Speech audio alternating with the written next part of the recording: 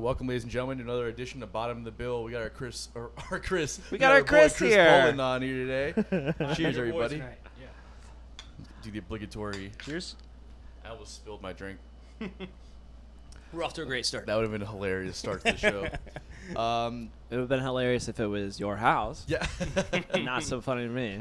All right, so before we get started, we got to give a shout out to all of our sponsors: Spliff's Gastropub downtown, Wicked Barley Brewery over in Mandarin, who supplied us last week with some great beer. Thank you guys again for that. Brews over in Riverside, Harleston Scotch, a great Scotch company based out of here in Florida. Sidecar over in San Marco, and Captain Jack Smokehouse up in Fernandina. Some of the best barbecue I've ever had, and they booked me a lot, so that's great. Yeah, it's really, really good. And then also, if you guys have any questions or unpopular opinions or comments about the show, please email us at bottomofthebill@gmail.com so we can feature whatever you guys want to say on an episode. And also, we have some shows to promote. We're playing at Monster Mash, the festival. I still got one ticket left. If you want to buy it, hit me up. You guys have any you guys are playing too. Oh, yeah, that's right. You guys have any tickets for sale?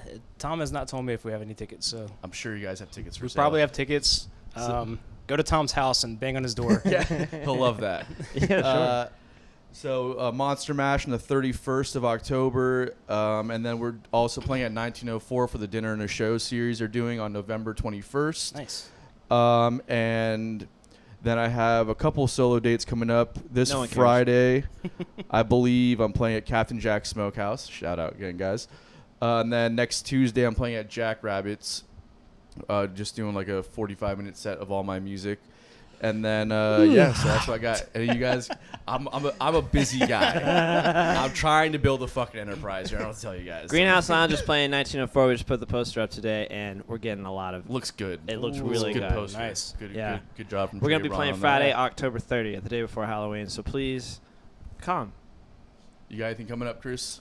Couple shows. I'm playing with John Parker Urban, who was on this show Yeah. a few weeks ago, I believe. Yes, yeah. We're doing something in Orange Park. I think it's by the mall. It's like an outdoor festival thing. That's coming up not this Sunday, but next Sunday. And then also Monster Mash as well, playing with Tom Bennett Band. That's going to be on the 30th. We're playing that Friday afternoon. And also the next weekend, there's a winter solstice show in Bayard Amphitheater. Oh, We're nice. playing there with Tom as well. That sounds Hell yeah. awesome. Next weekend? The weekend after Monster Mash. Oh, the weekend. Oh, yeah, cool. Mm-hmm. Winter solstice. I don't know if you picked up on that. Winter It's like, solstice is December 21st, but keep going. Well, it's a winter solstice show, Does so make you know sense. it's around. I think it's wintertime. called that. I hope it's called that. It's some kind of show at Bayard that's going to be cool. There's going to be a lot of good bands. I'm playing there. I think John's playing there as well, so I'm playing there with him again for that at Bayard. That sounds So- awesome. Hell yeah. Mhm. So actually, speaking of that right there, let's kind of kick it off with that. You play multiple instruments, multiple styles with those instruments. How did you get started into playing music, number one? So growing up, I kind of always was around music. My dad was a guitar player, singer. My brother is bass player. He was in bands growing up. So growing up, I think the first instrument I sat down and played was the drum set, just because it was kind of always around. My brother would have his practice space like in our house. So I was, 7, 8 years old. See a drum set, I'm like, hell yeah, bang on this thing. So I started there, and kind of fell in love with the saxophone after I saw someone at the jazz festival when I was very young. My grandparents ran transportation for the Jacksonville, not ran it, but they were part of transportation for the Jacksonville Jazz Festival pretty much my whole life. So I got to meet all the artists that would come through. They were in charge of transportation, like they would like bus artists Yep. to the stages and Yeah. everything. Okay, Yeah. cool. They were part of the group that back then I'm not sure if they were in charge of it or not, but later on they became more prominent, featured in it. So Okay. artists would come in and they'd go get them from the airport and they'd get them to the Metro Park to play and stuff. So I got to meet all these cool artists, and I was young. I didn't really know who these guys were at that age, but I was at the Jazz Festival when I saw Grover Washington Jr. He was a really great Hell saxophone yeah. player. Yeah. And I was in 4th grade, I think, at the time, and I was just watching him, and I was like, I want to do that. I want to do what he's doing. And for Christmas that year, my parents rented me a saxophone, like alto sax. So Awesome. Got that and took it out on the street like Christmas morning and like opened my case next to the road and was just like That's pretty dope. just honking. That must have been fun for the neighbors. Yeah. I was just like, I'm doing this thing, but that's kind of where the passion for like playing music and playing music live kind of grew from that first experience. Okay. So you started playing drums first, though. Yeah. Wow. Yep. Okay. Cool. Yep. Drums, and I always kind of just tinkered with drums and stuff, and never did any kind of like lessons or formal training with drums, and just mainly did saxophone through school. Okay. Mm-hmm. So, yeah. So that's pretty crazy to kind of like make the jump from like. You usually don't hear about like drummers going to play like a sax or something. Right. What inspired? So I guess seeing Grover Washington inspired that. Yep. Okay. Mhm. Cool. Yeah, it's really cool. It kind of came full circle. My senior year of high school, he came back to the jazz festival, and so my grandparents were still involved in transportation. So I was like, well, I gotta meet him, and I met him like one of the other times he came before, and kind of told him the story about he had inspired me to play. I met him this last time, my senior year, and he's like, why don't you come up and play with me? So I was like, all right, That's incredible. yeah. So it happened. It was homecoming night at Fletcher, and I was in the homecoming court. I was drum major at Fletcher, so I was like, as soon as the halftime stuff was done, I told the director, I was like, I gotta go. And we like jetted down to downtown. I caught the second half of his show, and for the encore song, he like called me out to play Wow. with them on stage. So it was just like surreal moment, and it was before social media and stuff, and before everybody had a camera in their pocket. Right. So it's unfortunately no like footage of it, but it was just one of those moments where it seemed surreal at the time. You're like playing with somebody who inspired you to pick up the instrument. That's amazing, Really man. cool. So how did you manage? Do you play any other instruments besides those two? I do. We have a piano at the house, and I play piano. Not anywhere near as well as Bill. But Thank you. I'm working on it. Or do you do the like hunt and peck sort of thing with your fingers? No, Or I just do the like index I do finger? No? full, yeah. Yep. That's more than a lot of people can do. Yeah. It kind of like it transfers well from the saxophone to the piano just because you're doing this on the saxophone too. Maybe I should learn saxophone. I've always wanted to learn saxophone. You should do it, man. It's the sexiest instrument, like hands down. Bill Clinton, whenever Bill Clinton like played it, I was like, damn, Swoon. that guy fucks. Yes, He he did. does. And he did. He did. He's- But anyway, but yeah, Um, so you dude. play piano. That's pretty cool. I like try to, if there's a tune that I like, even if it's not a piano like driven tune, I'll try and learn it on the piano just to like play and like sing it and stuff. And then guitar, I know it's basic kind of chord stuff like campfire chord stuff on the guitar. Yeah. And I think flute a little bit. Barely can play the flute, but I So- got one because I'm like, all saxophone players usually play the flute, so let me try it. Really? Is it the same like fingering and everything? It's similar, but it's funny. When I first got it, I was playing it, and I asked one of my friends who plays flute, and I was like, "Where's the octave key on this thing?" They don't have an octave key. She was like right here. You just gotta like change the velocity of your breath. To, Oh, wow. Change octaves. It's, Yeah, I've got a it's million wild. questions just about like how the saxophone works and everything like that. I was Mhm. always wondering like how do you get so high? Like it's not like you move your hands, but so there's just like you press a button and then it goes another octave. Yeah. Yep. Oh, There's duh. an octave. There's a key on the back you push with your thumb. Yeah. And there's a hole at the very top of the neck. Yeah. And then when it triggers that, it opens that up, and that's Oh, interesting. Yep. I would never would have guessed that. So how did you? Billy also. I think he looked it up earlier, but just curious. Are there left-handed saxophones? Yeah, I was Uh, wondering about that, but the yeah. answer was like no. I don't think so. Yeah, I don't think But so. it just doesn't make any sense. Yeah. I it- thought that I was was a just good wondering. question, but I it's know. it's a funny question, but it's actually I not a wasn't bad one. trying I to didn't be know the funny. answer to it. I was just wondering. when you see if you see like some really cheap like tchotchke like sculptures and stuff of saxophone players, there's left-hand saxophones on those sometimes Really? What are you talking because their about? hands are supposed to be like that. Oh, I but see. then their they're hands are backward. like backwards. So wait, it's right Yeah, Right hand up right's top? up top, left hand's on the bottom. right up top. Mhm. Wait, that's your left hand. Left hand's on top. Got That was for the viewers at home. For the viewers at home. What did you guys put in this? Yeah. It's just water, bud. Billy's got it's just water. Yeah. Billy's Yeah. got a weird concoction he likes to make people before they get here. Oh, People yeah. always tell us they can't remember what happened the I next day. stepped don't know, it's outside weird. for 1 second. I don't know what's going on. Yeah. Well, So I'm actually curious because, or how you learned how to play multiple instruments around the same time. Did you like consciously sit down and make time to practice each one, or was it just like I'm gonna really take saxophone seriously and I'm just gonna fuck around with the drums until something else comes of it? Pretty much that. Like, so when I got into middle school, like I did saxophone a little bit in like elementary school because it was in elementary school. I don't know if you guys did the same thing, but like they give you a recorder, like fifth grade to play. I Yeah, can still do high cross buns. yeah. See, it's great. So the fingerings for the recorder are very similar to the saxophone. Really? Yeah. I should So have stuck with it, man. we were doing this like recorder presentation or something like for our families and like a fifth grade kind of show. Yeah. And I was like, well, I have a saxophone and like I can kind of play it. And they're like, well, why don't you just play it on the saxophone? It's different keys, so the piano player to modulate the key Yeah. to where I was, but because I was like, I just know it on the recorder, like. So we played that. And then when I got into middle school, I wanted to do saxophone, and so drums was kind of a on the back burner sort of deal. But they were still always kind of around the house somehow. So I wouldn't like shed on the drums and practice them. I just kind of every now and then I go and just beat on them. If my brother was there, we'd like jam a little bit on stuff, and just kind of that's pretty much how I learned to do drums. That's wild to me, considering that you play with Tom Bennett, who we'll get Yeah. into. We'll get into that later. Very prog but rock, yeah. That's wild to me. Not hard. Or not s- easy, sorry.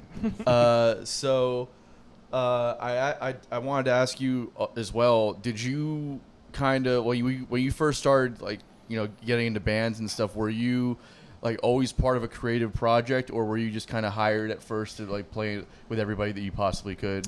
Yeah. So starting out, I kind of started going to some of the jam nights like around town when I was still in high school. We'd go and sit in with groups. There's a tenor saxophone player that was in high school band with me named David Johnson. He actually plays in the hip abduction from Tampa. That's why that name sounds they're great. familiar. Yeah, Okay. he's a tenor saxophone player for those guys. But he was older than me, so he was like, "Hey, I'm gonna come pick you up. We're going to jam somewhere." Nice. And my parents were like, "Cool." We go out, and that's kind of where we cut our teeth in the music scene. And you know, when you're in high school, at least when I was in high school, like pretty much like blues scales, and that's kind of what we go out and just like do that. And it works in most instances for that kind of stuff. But then the more you do that, say you accidentally start adding some notes here and there. And you're like, Yeah. "Oh, these notes kind of work too, and they sound kind of cool." And then the more that starts happening, the more you start building like a scale knowledge and like, well, how is this working together? And you want to go explore modes and stuff. But it's just starting out jam stuff. And then when we started doing projects, the first project I played in that was playing out was the Thunder and Lightning Blues Band, which was there's the kind of shtick for that was like it was all young guys, like they're younger than me when I joined. Wow. They're playing blues. Yeah, Like straight like ahead. 16, 17, you're like they go to Memphis like to blues competitions and Oh, stuff. nice. And, Like the IBC and all yeah. that. Yeah. So Grant Nielsen was in that. Another guy, Ryan Slate, was in that. He's not in town anymore. And Seth Kotler and Tommy Starnes. Both of those guys are. Seth's not in town. I think Tommy's still in town. But just joining with those guys, that was kind of like the first band that would travel and like play out and stuff that I was in. And that was a mix of covers and originals. Okay. And but when I got in there, they had a lot of originals already written. And we wrote some stuff together towards the end of it. Because I would play sax and I had a keyboard set up as well. So I'd like comp on the keys and stuff. So I'd like write some stuff on the keyboard and bring it in to practice and be like, check this out. And like, oh, that's cool. Start, the songwriting process goes. Yeah, for sure. What was it like at that time trying to break into the Jack scene? I was so young at that point. I was very naive to it. And I wasn't doing like any of the booking stuff. I was just kind of there. From that project was another band that formed called Magilla, and I actually moved to drums, and we kept the rest of the band members. Okay. And that was more of like a rock, like kind of like psychedelic jam type thing. Nice. And kind of getting into the scene there, it wasn't too difficult because most of the venues and people around town knew Thunder and Lightning, and it was almost all the same members. So whoever's booking would call and say, hey, like, here's this new project we're in, can we play? Like, we'd call Freebird Live and be like, hey, can we come play a show? And like, yeah, come on. Right. We know you guys, like, come on. Right. So we played a lot of shows there, and that was It was cool. It was Yeah. that's kind of one of the first bands I like was playing drums in to like gig out. I see. Mhm. And were you guys doing like the full nights, like 3-4 hour nights, or were you just kind of doing like showcases and that kind of thing? It was a mix. Like since we had a lot of songs in the catalog just from like the blues stuff Yeah. that we could pull from if we needed to. We would do longer nights sometimes, but mostly we try and focus on like showcase gigs, like 45-minute hour sets, and mostly all original stuff. Like if we could. Right. So, the longer ones you sprinkle in some. You guys know you sprinkle in some of the covers. Oh yeah. Yeah. Now, when I first met you a few years back now, we had talked about that kind of situation, like the original bands versus cover bands, and I think you had said you made a conscious decision to stop doing those bar gigs and just really only focus on creative projects. Yep. Why did you decide to start doing that? It just got because I enjoy music so much that I felt doing the cover gigs like multiple times per week, it kind of loses the to me it like lost the magic a little bit of it. And I applaud like the guys that go out and that's their job, and they go do it like 4 or 5 nights a week because it's hard, man. It's like really hard. It's a grind, yeah, Yeah. for sure. So it's like props to you guys that do that. But I was like, if I don't have to do that, like I'd rather not do it. And it's fun every now and then to do like a 3 or 4 hour show where you get to like bust out some crazy songs you haven't played in a couple years. But if you're busting out songs that you haven't played in a while, but you're playing them 5 nights in a row to a mixed amount of people in the crowd, It's like weird, man. full crowd, no crowd. Yeah. It's a grind, like you said, man. And especially because people don't care really about which.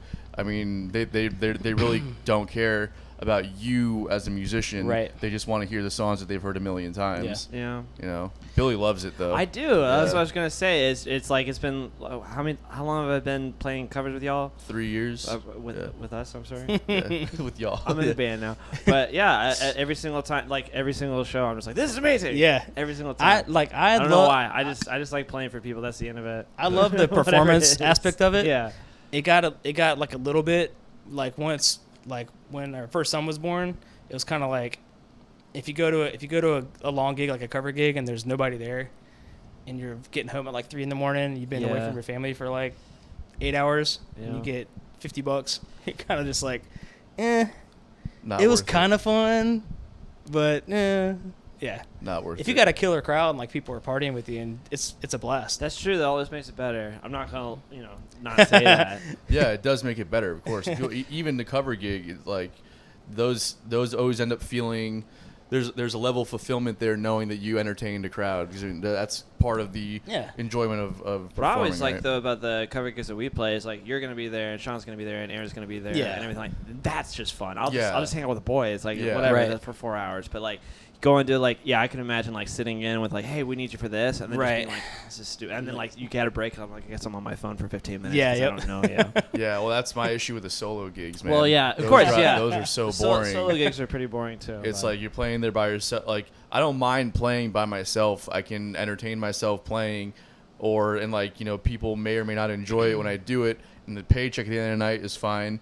But like just the breaks in between, and I end up drinking, and I'm just like, because I'm just bored. I'm just gonna get a drink and talk to the bartender if they want to talk to me. Sometimes they don't want to give you the time of day, just and you're just okay, so just sit here and scroll through Facebook again or Instagram again. So it's fun. Like anytime, like we tried in the original groups that I'm in and was in, it's fun to do covers in those too. We try to pick a different one for like if we're doing shows kind of close to back, we try and pick a different one for like every show, or like pick a different couple ones for every show, just to kind of keep it interesting for the audience. Right. But it's always fun too to take one of those songs and kind of like do something different with it, or do like your own kind of thing For to sure, it. yeah, Yeah, man. we don't play anything that is exactly by the books at all. Yeah, Not that's even great. Close. Yeah, that's what's so fun about it. They're like every single song we're gonna jam. Yeah, we're gonna Yep. jam and just take it somewhere else and see what we happens. might probably play like not only like 20 songs a night, 20 to 30, and we're playing for 4 hours. Yeah, because we're just jamming on half the shit. Yeah. It's fun. there's been a couple times at a cover gig we've played to at the end of the night, not a single person in the room. Yeah. Not even the staff. So Really? It's like 12:30, 12:45 at night. It's like we're playing something. And we're like, I still think though, like, can we stop? Like, what? Yeah, no, I've definitely felt that before for sure. I don't know if I'd rather play to a dead room or to like a lot of people that do not give a shit that you're even existing. Yeah. Yeah, they both kind of suck. Because we would play Roadhouse all the time, and not trying to shit on Roadhouse and like, you know, keep paying us please, but the venue itself, like we would just play and there'd be like 30 people there, and they'd just be like, what is this like? It looked like we were the animatronic Chuck E. Cheese set. Yeah, totally. Nobody gives a shit. Totally. My favorite That is hurt more. We actually played at when I were playing at A1A Aleworks down in St. Augustine. That was like our residency spot almost. They liked us there. Yeah, they loved us there, and they had like a really belligerently drunk wedding party come in at the end of the night, and they were like, it was like literally like 2 hours before they shut down. Like, okay, we need you guys to literally just start playing ballads, so these people will leave, and so we can shut down. Yeah. I was like, okay, cool. Room cleaners. Here's Eruption. Yeah. Speaking of, rest in peace, Eddie Van Halen. God damn that was it. we'll Gotta drink to the big that. man. R.I.P. Cheers to that. Yeah, it's a tough loss for the rock community. I mean, just for the guitar. I mean, the music world in general. Yeah. That was a big one for sure. Yeah. There's it's funny, like when you mentioned like the wedding party, there's a venue up in Savannah that we play. I play with Parker Urban Band and with Tom as well. Barrel House. Oh yeah, I played played there a before. couple times. So it's cool. Like you guys probably have the similar experience. In a city like Savannah, like most people are only there for either the night or maybe for like at max like 2 days. So they're trying to see everything. Oh yeah. So it's just, I call it like it's like a revolving crowd. Yeah, for It's sure. like you'll start your set and there's like a crowd in there partying, and then after a song or two, like they're moving in, like a big group moves out, another big group moves in. Yep. They're partying. Big time. Big time. I mean, that's kind of exactly how St. Augustine is too. Yeah. But and then you'll always see like 4 bachelorette parties, and then at the end of the night, the wedding. Yeah. The bride and groom show up. Yeah, I know, Very that's- So we had one The person Australian tip wedding. Yeah, the That was Australian wedding. hilarious. And we played the Land Down Under. Oh yeah. And he was like, he tipped us. How much did he give us? like $80 or $80. something. He's like, just keep playing it. Yeah, we literally played it like 2 or 3 times in a row because my they just God. kept wanting to hear it. I was like, okay, it's like, It's going. like, why, I figured you're from Australia. Why would you want to hear that song? Doesn't that make you mad? Yeah. That's like the only thing that we know about Australia. No man, I'm jamming. They're hammered. They didn't give a shit at all. Anyways, I wanted to move on to Fusebox Funk. Yeah. Because Yeah. that was a band. I never got to see you guys. You guys weren't doing much by the time I moved here. Mm-hmm. But what was that experience like? That was a really great experience. So that band kind of formed as a side project of Megillah, the Okay. band I was playing drums in. So my brother was living in a house at the time, and he had this like awesome jam room in the back of his house, like separate. It was like a shed almost. It was like all soundproofed and everything, and so we would go over there and like we would jam like once a week. And then I met our trombone player Jim at UNF, and I was like, hey man, you want to come like out and jam one night? And then Grant came out, and then we had our bassist and drummer, and Fusebox kind of formed from that. That's awesome. And not really kind of, we had maybe like a couple originals when we played the first gig. I think one of our first gigs was at I think we played at Paradise Alley, which is a place down at the beach that's gone now. It's where what's the big like seafood 2-story like seafood restaurant? That that's Hey down Buddy? there? Sea Chasers. Hate to break it to you. Are you talking about Jamrock? Is it Jamrock? Well, before that, it was Jam. Yeah, no, it was like right across the street from Freebird. No. No, Oh, it's no, my sea, bad, so yeah. Sea Chasers. Yeah, Sea Chasers. Sea Chasers. Yeah. It's where Sea Chasers is now. There was a big, it's just like a big open area. Oh, are you And talking about the Blues Cafe? Yeah, yeah, on same 9th place as Street. that. Yep, same place as yeah, that. or 9th Avenue. Sorry. But yeah, I played there before. That place sucked. So we didn't when we played there. It wasn't that. They had a stage outside, and you had to bring all your own PA and stuff. Really? And they booked us. I think it was like a 4th of July show, and they booked us for like 6 hours. Oh my god. And we didn't have any songs. Wow. Just like How do you here sell we yourself go. without having a song? That's crazy. I don't know. It just happened. So we showed up and played, and that was it.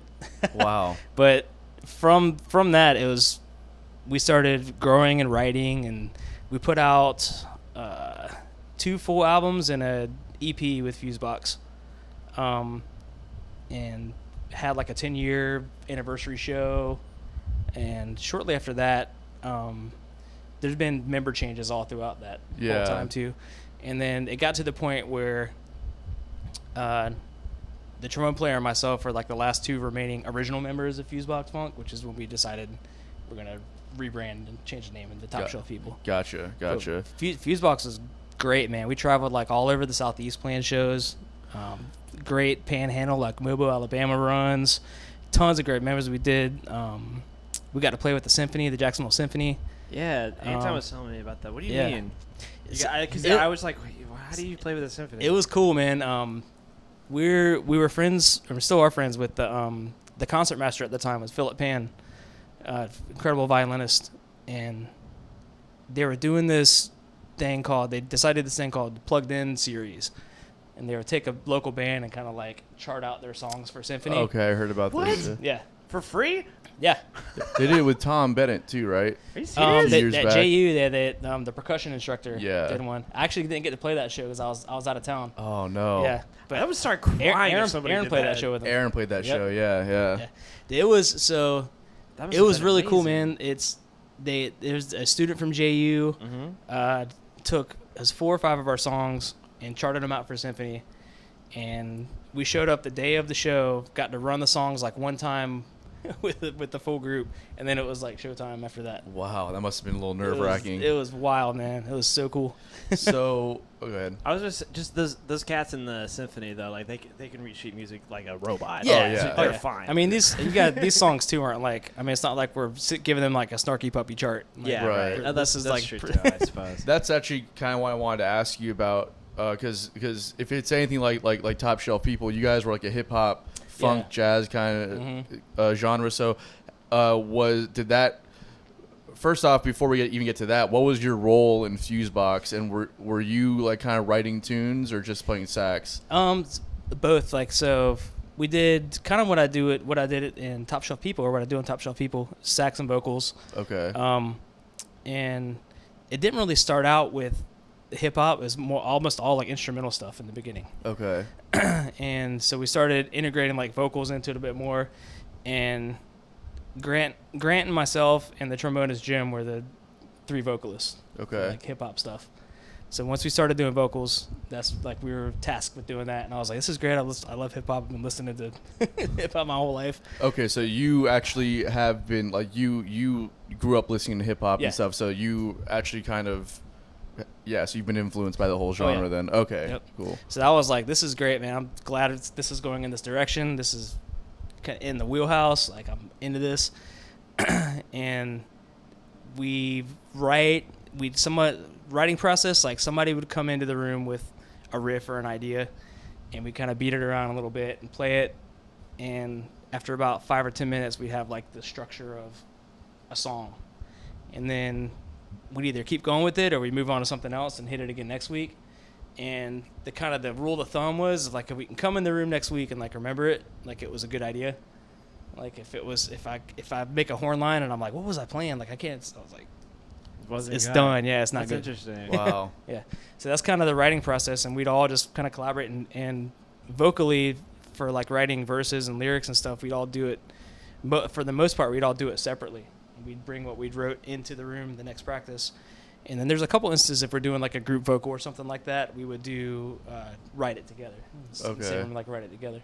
Would you guys ever like tailor your verses to kind of like to match each other's in a way, like at least, you know, For what sure. you're talking about? Yep. It was more so in Top Shelf People. Me and we'd write the same way. Like J Dash and myself would write verses. We'd have a common theme. We know what the song was going to be about, so we'd be writing about it. And then we'd come back to the room and we'd present our verses, and then I'm like, dude, I really like the way you ended that. I'm gonna change the way I'm gonna start mine. It's kind of like tying to yours. That's cool. So, so definitely like vibe off of what the other person's doing vocally. Yeah, that's always like a cool thing. Like, I'm a big fan like when rappers like trade off Yeah. So like one verse will just go right into the next rapper's verse and kind of pick up. Like you hear that a lot with like the Roots and stuff like that. You know. Jurassic 5. Yeah, for sure. All those old school hip hop. I mean, Farside and like all that stuff. Wu-Tang also did it like nonstop. Huh? Yeah. Wu-Tang. That's all they did. Yeah. That was like that was their shtick. Yeah. They're great. A Tribe Called Quest. I mean, all that early hip hop stuff, man. It was like, I'm like super influenced by that genre as well. So I've always wanted to be in like a group like that. I've just never had like the, right components to do it. You know. I feel you. Yeah. Yeah, there's some awesome groups in Florida. Like 2 of my favorites are in Florida. Back down where you're from, Artificial. Yep, I was actually gonna bring them up. Yeah, phenomenal. I remember them. Yeah, the guys are incredible. Yep. And then from Orlando area, Soliloquists of Sound. I don't know if you've heard I've those heard guys. them before. I feel like. Yeah, definitely heard of that band name too. Yeah. Those guys are just. I mean, like that's one of the albums. Like you'll listen to their albums and you just kind of it'll either make you want to like quit making music, No. or it'll make you want to be like inspire you to be like, I gotta get better. Yeah, I feel that. Because they're great, man. They get a phenomenal husband and wife duo. The husband's a vocalist, and the wife's husband's a rapper, and the wife's a vocalist. Just like incredible voice. She just cool like jazz run, harmonizes herself. Like that's sick. It's wild, dude. Very cool. Yeah. So as far as like touring and stuff with Fusebox, you guys were self-managed and self-booked. Did you handle a lot of that stuff yourself? Or? So when Grant was in the band, we would kind of tag team that, and he would kind of reach out and get the bookings. We clear it with everybody, the date and everything, and then I was tasked with like logistics. Like how we get in there, like where we sleeping, like like all that kind of stuff. So it was a good team because like one person doing all that sucks. It's a little cumbersome, yeah, sucks for sure. But he was really good with that as far as networking and stuff like that in different areas of the state, in different areas of the Southeast. He said, "Hey, I met this guy at so and so, and he's got a band in this area, and like he wants to swap shows." Yeah. Oh, cool. Let's go. There was one conversation that we had a while back ago also, and I stole. You probably you know what I'm talking about. I'd love for you to tell that story on here because that's a great angle. If you're trying to book your band, this is a really good thing to try and do. So, I really wanted to get into Fusebox in the Mojo Kitchen down at the beach. Yeah. And great venue. I can't remember what show I saw there, but I was like, it's very unassuming from the outside because you're like, oh, this is a restaurant. Yep. And then you go in there for a show setting. Got a big stage. They got lights. The sound engineer is great. And I was like, this venue's awesome, man. Like, I want to book a show in here. I got a ton of family and stuff at the beach. Like, we could pack this place out.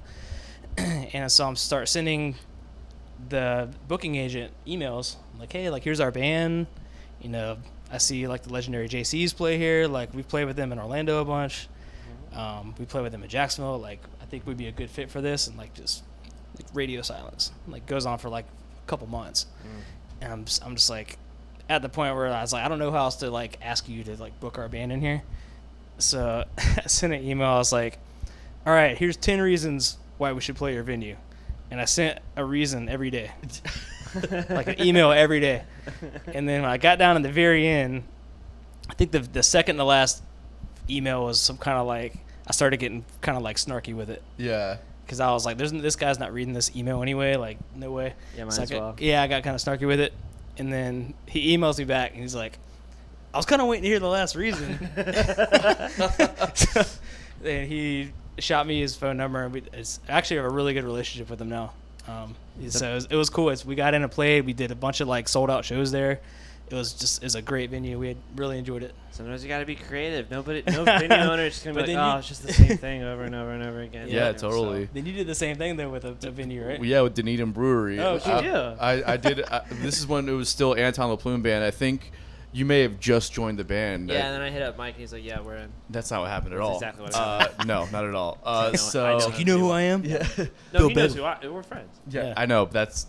You're not the reason why we got booked there. I'll explain the reason why we got booked there. Okay. So I did you told me about that, and I was like, you know what? I'm gonna try that at some venue someday. What do you got to lose? Like. Yeah. So I started, and Mike is a great dude, and Dunedin's a phenomenal place. He's out there but he's too, busy. man. You know, of he's course. busy, and like most talent buyers, like, they don't always respond to shit, so you gotta get on them. So I'm gonna try Chris's idea. I started doing top 10 10 reasons why you should hire the Anton LaPlume Band. God, I would love to read this. And it was like reason number 1. I went through all of them. I think by number 8, he comes back to me. He's like laugh out loud. This is fucking great, man. What date do you guys want? I was like, awesome. All right. Sweet. Yeah, that's a good little idea. It's just it's getting creative in general with it. You know, it's like these people read so much stuff on a regular basis that it's like you have to stand out a little bit. You know, that's if you're sending out if you're at the point too where you're sending out press packs and stuff to potential agents or venues and stuff like that. It's got to be the same thing. It can't just be in a manila folder with a sticker on it or something. It's got to be something kind of crazy. Glitter everywhere. There's a pile of these things on these people's desks. Oh, I know. Right. No, for sure, man. For sure. It's annoying too because I would just imagine being in their shoes and you just getting the same exact thing over and over again, and none of it's personable. Right. It's all just it looks like junk email, honestly. Yeah. But do you have time to write a personal email to every single venue owner and everything and follow it up? I mean, that's on you, I guess. Yeah. I mean, no. That's why when you're first starting out, it's important to get creative with stuff. After a while, hopefully you've established relationships with the venues, and they just respond to you. Sure. You know, which still doesn't always work. So sometimes you have to get on top of them. But if you break into an area and you're doing good in a certain venue, the other venues might start to at least know who you are when you reach out to them. Right. Or you've just established a relationship with that venue that's just where you play in that city, you know. Yep. Until you start selling out, shows and you have to move to a bigger venue, you know. Yep. Good so, problem to have. Yeah, right. I'd say. Don't know what that problem's like yet, but hopefully one day. Bottom of the bill. Bottom of the bill. Yeah. Yep. Sometimes not even on it. I don't know what to tell you. Yep. My friend, I forgot to bring this up. She saw the Monster Mash festival, and she was like, "Hey, you're font size 16 right now." Yeah, I think she said. You're not font size 12 anymore. Yeah. We're moving up. Moving on up. Slowly but We're in the surely. middle of the bill now. We're in the Yep. middle of the bill. Depending on what bill it is. But Depending- most often than not at the bottom. Yeah. So you guys recorded, you said 3 albums? Yeah. 3 full-length albums? Yeah, we did two full-length albums and then one, I think it was 6 tracks. Okay. Yeah. And what was that process like? So the very first album we did, it was very quick. I think we tracked and mixed and mastered everything in 17 hours. What? Yeah. Fuck Wow. you. For 10. Well, I mean, it's not saying that, we That's just ridiculous. we went in and did everything live and just we Alright. didn't beat detective any of it. It was If just it sounds good, I'm gonna be so mad. Yeah. I don't know. I'll have to find. I don't even know if it's on stores and stuff anymore. Oh really? Yeah. Oh, it's not on Spotify or anything? The old stuff I don't think it's on Spotify. It was on CD Baby for a while. I don't think it's. Put that shit out there. It might be on Oh, let's do it. archive.org. Oh, really? Okay, cool. If I find it, I'll send you a link to it. 17 hours. Yeah. That pisses me off. No, that's what I said. Well, Immediately. It was. We worked with Paul Lipinski and Daryl Finninger, Okay. and that's when Daryl was first starting out in the engineering recording world. Okay. But he was just fast as shit, even at a young age. We had to do some overdub stuff, and I'll be tracking. I'd be a horn line, and I'll mess something up, and I'll be like, "Hey man, can we?" He's right here. Oh yeah. Even if he's Go. fast, it's the band though. Yeah, the that's band, why I'm just yeah. mad at you. Well, I take a long time. He takes forever. It's guitars ridiculous. take forever. Yeah. I don't know I what know. the deal is. At the on end of that. the day, Perfect. the horn, the horns usually get the shaft of it because they put us at the very end, Yeah, this is and what we're the after the keys, too. guitar. Yeah. It's like the accoutrement. Yep. We're like Parsley to you. So we've been hanging out in the studio all day, and then we've been warming up. Oh, guitar's not gonna take too long. Let's start warming up. 6 hours later, it's all right, you ready for horns? Drinking in the studio all day. Last time he took 3 days straight to do it, and then the last 6 hours of the last day, I'm like, "You ready to go?" Yeah, man. Well, I'm ready. here's what I'll say with guitars is that we have to find the right tone on our amplifiers. Jesus Christ, We don't okay. just get to go in there, plug in, and play. Okay? I'm just saying. I'm not saying that every instrument does have to do that to some extent, but it's and for every single tune, we might have a different thing that we're going Yeah, that's for. true. And we have to sit there and really dial it in. And then on top of that, I like to make sure that everything is right there. Yeah. I'm the douchebag. It's like, the bass and the bass and the kick drum were off by that, Yeah. and I need it to be like, right on, and because that'll fuck me up.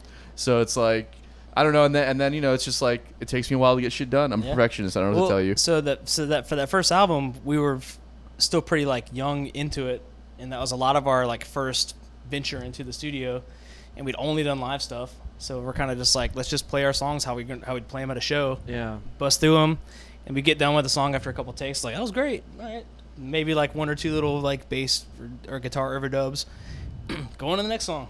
Like, and then we'll go like lay horns and vocals on over at the end, mix it down. We weren't very picky at that point. The second album took a lot longer. We tried to put some more production into it. Yeah. And we got more like stuff that was like swaying time wise a little bit. We wanted to lock that in a little bit better. So all that stuff takes tons of time. Oh yeah. So we like that one took a lot longer. And then the third one that we did was a breeze. It was nice. Because you guys already had been through it before, you knew what to expect. Well, too, like, so we had different players in the lineup as well who were a bit more studio seasoned. Okay. At that point, too. So it was, so like the drummer for the EP, Jeff Bird, he's just like rock solid. He's like one or two takes and he's done. It's a great take, and it's just got some cool stuff in it. It's hard to, especially I don't track drums a lot. I do it with Tom. But tracking drums, it's like, all right, I want to get a solid take, but I want to get some cool like performance stuff in here too.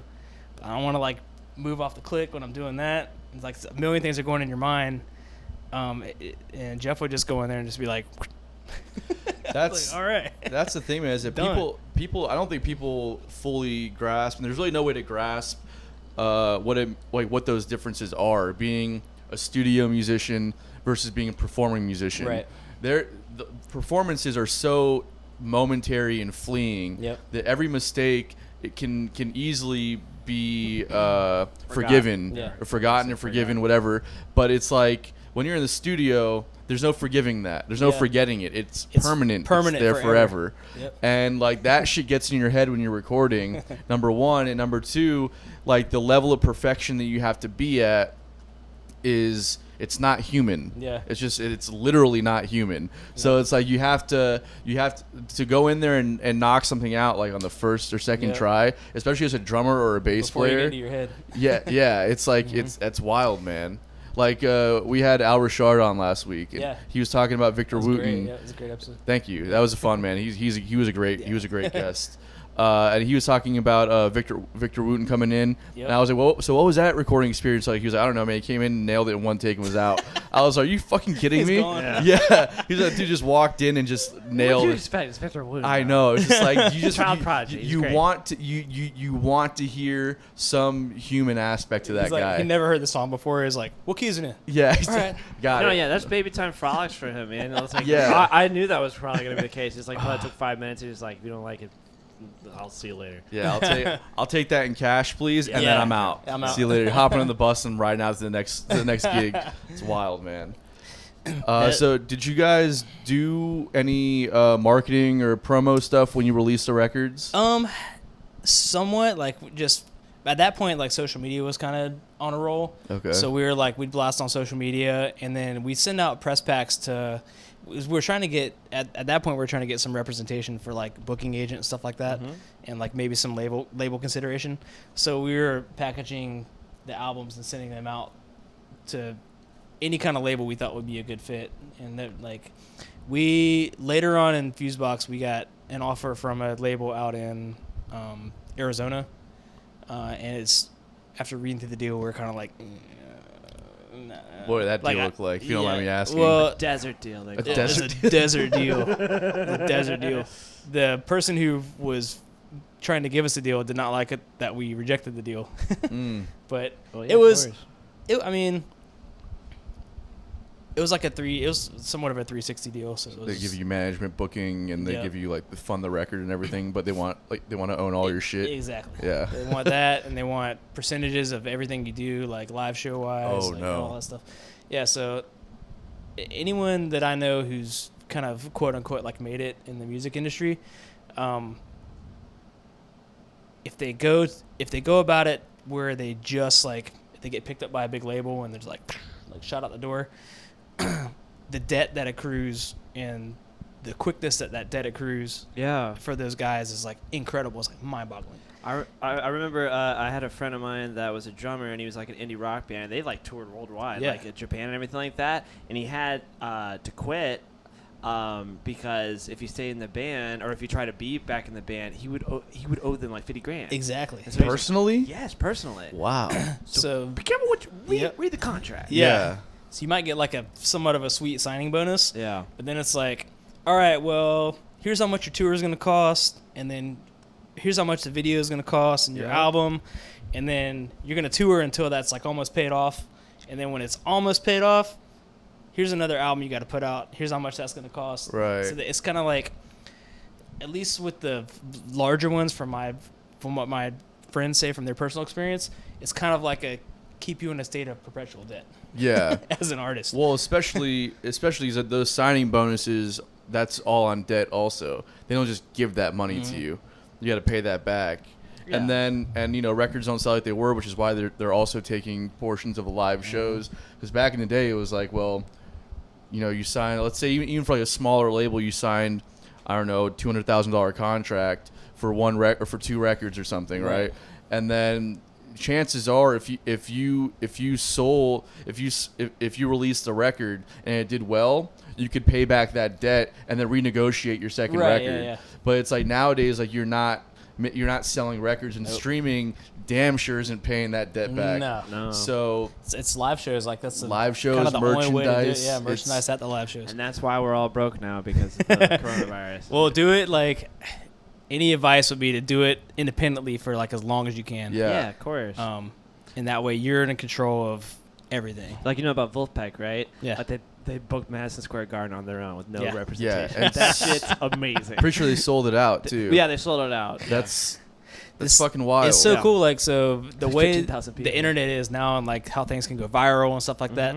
Like we didn't have that when we were coming up in the music scene. Sure. And like you could do some like really cool shit when you're like younger, but like there's no way to get it out to everybody. Right. And that's where the kind of record companies had like a hold of you. They were the gatekeepers. Yep. Now it's there's like no gatekeepers. Put it on YouTube or Facebook. And that's what was the whole point of this podcast was to be like, here's how you do it. Yeah. And then just steal everybody's ideas. Yeah. Because that's what we've basically been doing. Well, because we realistically, like, we don't know how to do it. Like, nobody.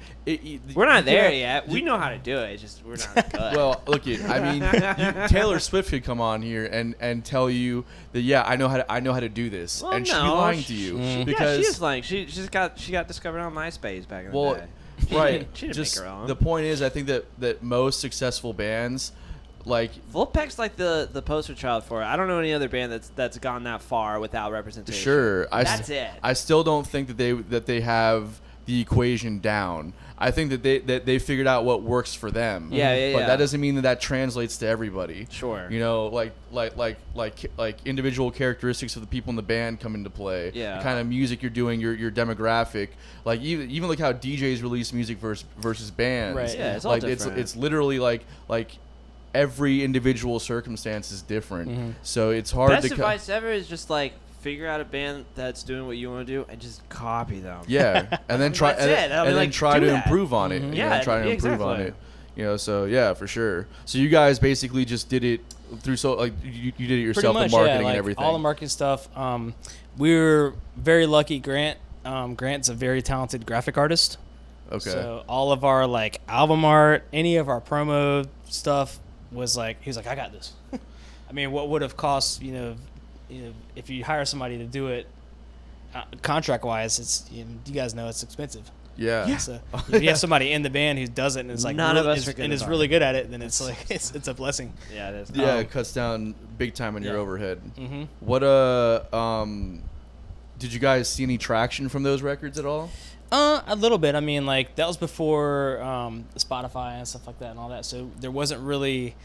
It went out on like iTunes and stuff like that and CD Baby, and it made like a little bit of money, not a ton of money, but we had every now and then we get somebody from different parts of the world like reaching out like, hey, I found you on as a recommendation on like CD Baby or something. I love it. Wild. Yeah, like Australia or something. Like we've been rocking your CD in Australia. And like, that's cool.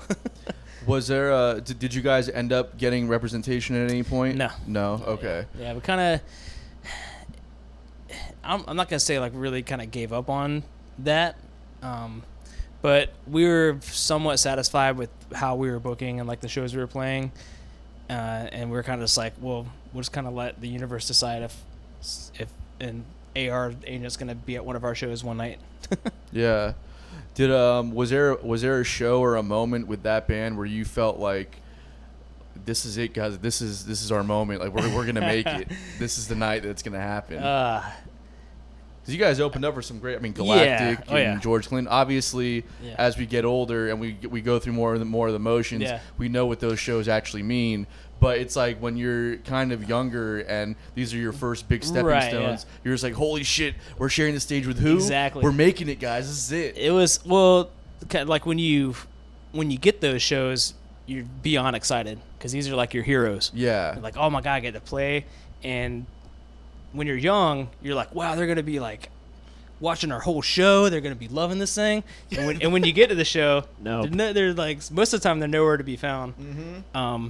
But that's going back to the hotel after sound check. But that's fine. They're on the road all the time. That's their chill time. It's called a big timing. Big timing? Oh yeah, that's my least favorite thing in the world. There have been some of the members of P-Funk hung out and like watched our show. Like we opened for them at Freebird, which is phenomenal. They set up their whole, like we had to set up in front of their back line. Mm-hmm. Yep. So we had maybe from like the wall to like where we're sitting to like set our whole band up in the front of that's wild. Yeah, Freebird with the monitors on the stage. Yeah. We opened for Oza Motley there as well. And those guys watched us and they invited me to come up and play on their closer, which is really cool. So I got to jam with those guys. We opened for Galactic a bunch of times in Mobile. It's a really cool venue called Soul Kitchen. Yeah, I've heard of that place before. Yeah, it's awesome, man. It's got and probably one of like the nicest sound guys you'll ever encounter like in your life.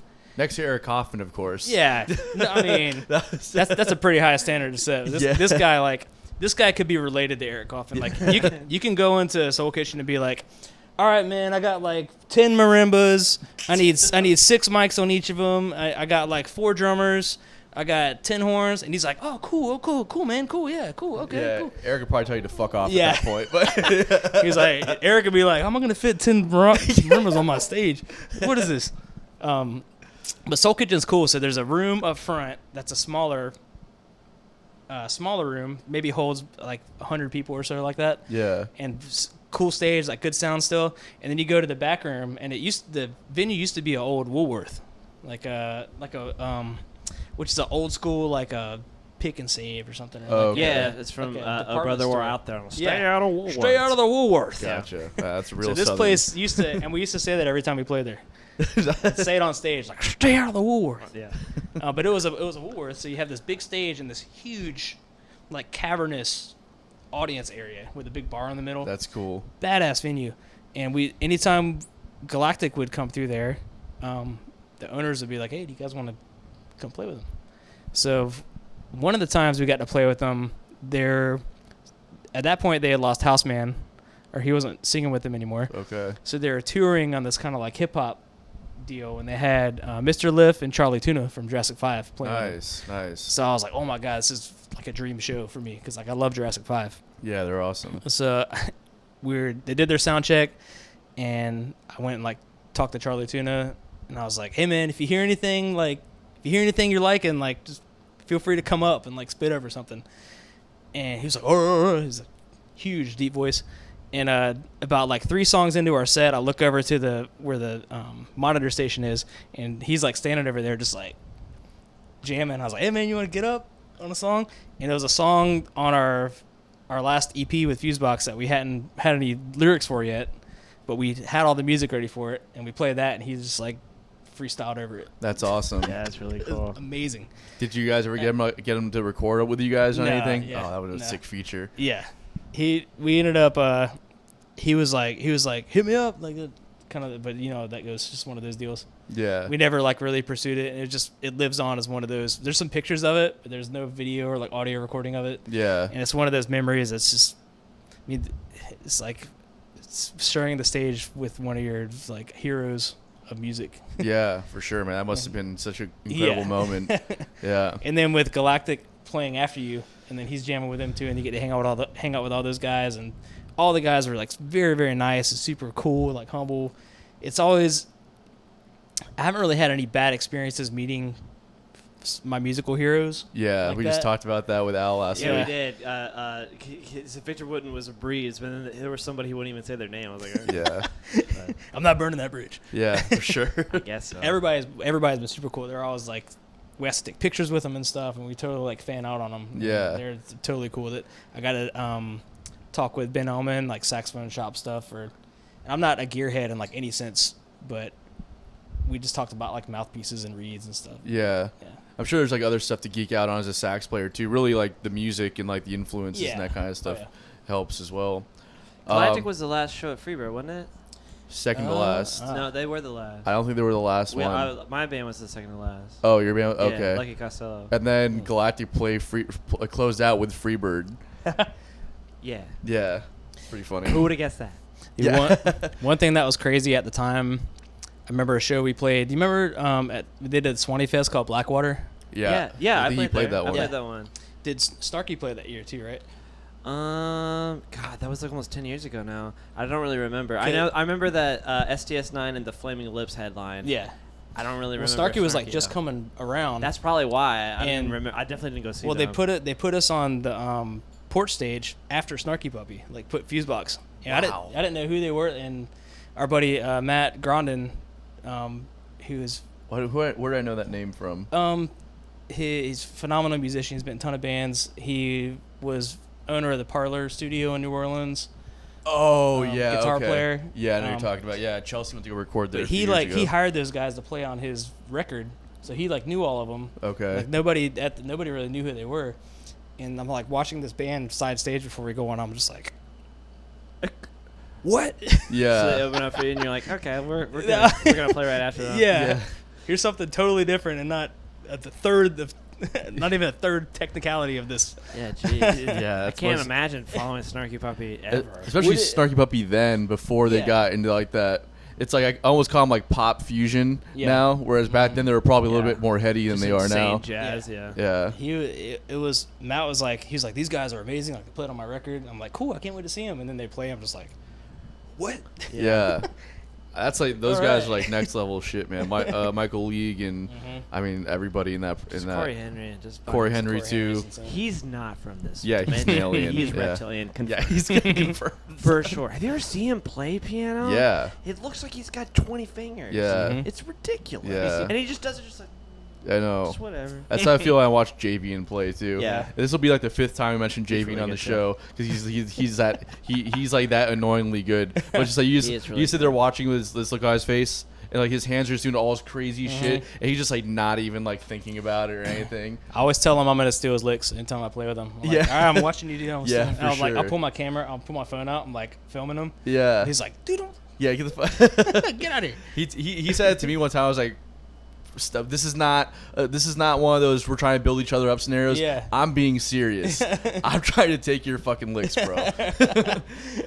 So there was one time where you and I played with it was one of those round table improv things. Oh yeah.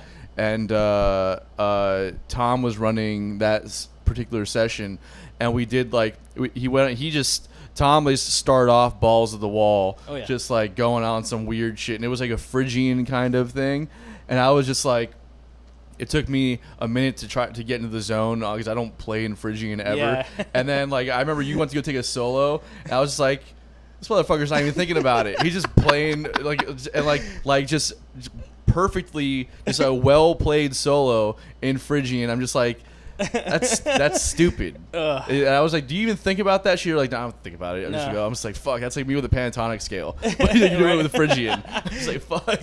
It's kind of like, so improv wise, it's all, you guys talked about it too before previously on here. It's kind of like with jazz stuff, especially, you kind of like learn it and then you forget it and like let your body kind of do it. Right. Because I don't have any kind of memorized like licks or anything. Anytime I go into a solo, I'm sure you guys are the same way. Like I don't ever know what's gonna happen like during a solo. So I just kind of I know what key I'm in. I know what kind of scales that I could play that'll be the most like listenable. I know what kind of notes I could play that might be starting to get a little bit out. And if I get out, I know what notes I could use to bring them back in. And that's all I have in my head. And I just go. That's like fucking whatever awesome. comes out, it's gonna the come same out. way. You just turn your brain off and go. Turn your brain off and go. And your body's just gonna do it. 100%. So when you get someone like Tom who's running the changes over it, then it gets your brain kind of perks up a little bit. You're like, yeah, you gotta really listen to Tom because he doesn't give a fuck. What this you're is doing. okay. So we started in this key. Like most of the time, you do like a open mic jam or something, where you're in like one key and you might modulate once in the song. Yeah. And then that night when Tom ran it was just like dunk dunk dunk dunk dunk. Yeah. All right, where are we at now? Tom's taking everywhere, and then it doesn't end. He continues to take it. It's like which is what's so it's like. It's so fun to play with him like that because it really, I mean, it's work in the sense that you want it to be work. It's work in like a creative way where you have to constantly be thinking and listening to what's going on. Yep. But it's not work in the sense where, okay, we just finished a tune. What are we doing now, guys? Yeah. There's an audience here, and we're just going to keep this dead space till we all figure out. Tom's just like, no, I'm not having that. We're just going to keep this thing going for an hour. Yep. Literally, there was no stopping for an hour. It was awesome. I loved it. That's part of the joy of like the live performance to me is like when we get to like the solo stuff, because it's fun to like if you pull out like a song that's technically challenging and you nail it and you're like, wow, I've been practicing this and like I nailed it. It's great, good feeling. But then when you get into that solo mode, you can kind of turn your brain off a little bit and just like let nature take its course. That's that's the most fun to me. Yeah, definitely. That's the only time I ever really get nervous though is when I'm like, it's your turn to solo. I'm like, okay. And I just take a deep breath and I just do it. And then I'm just like, you're going to like it. That's how you're going to like it. Yeah. And that's the way I think of like, this is it. Can you guys hear something like in your head before you play it? Or is it just, it depends on what you want to do? Depends on what I want to, depends on what I'm trying to do. Like there's so Eric Krasno from Lettuce has a podcast called Krasno Plus One, which is phenomenal. Yeah. And he says this almost every single podcast where he's like, my ears definitely work quicker than my hands do. Right. So it's like, yeah, there's times where I hear an idea and I can execute it if it's an idea that I've played enough. But there's a lot of times where I hear an idea, I'm like, I don't even know how to get to those notes right now. Right. Yeah. You know, so. Yeah, I mean, it's like being a Jedi and you're like thinking like 10 seconds ahead. Yeah, I can't really do that. It's like the only way I like fall into it, I'm like, oh, that sounded cool. Yeah, you remember how you played that, right? Okay, play it again. Yeah, I do the same thing with it. Yeah, so it's just like, no. If there's something, to answer that question.